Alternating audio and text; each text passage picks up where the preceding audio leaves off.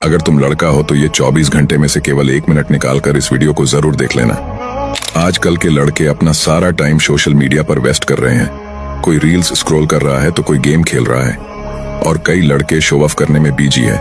Instagram पर photo upload कर रहे हैं और बार बार लाइक्स और कमेंट चेक कर रहे हैं और वे ये भूल रहे हैं उनका सबसे कीमती चीज समय उनके हाथ से निकलता जा रहा है। याद रखना, आज से 5 साल बाद तुमसे ये कोई नहीं पूछेगा कि तुम्हारे पास गर्लफ्रेंड कितना है, इंस्टाग्राम पर फॉलोवर कितना है, तुम्हारे पास दोस्त कितना है। लोग यही पूछेगा कि बेटा तुम क्या करते हो, कितना कमा लेते हो। तब तुम्हें अपनी औकात का पता चलेगा और तुम्हें रिग्रेट होगा कि काश उस समय में कुछ कर लिए होते तो हमारी लाइफ ऐसा नहीं होता।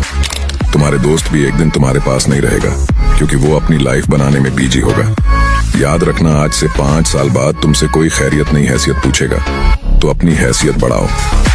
अगर सहमत है तो कमेंट में यस जरूर लिखें।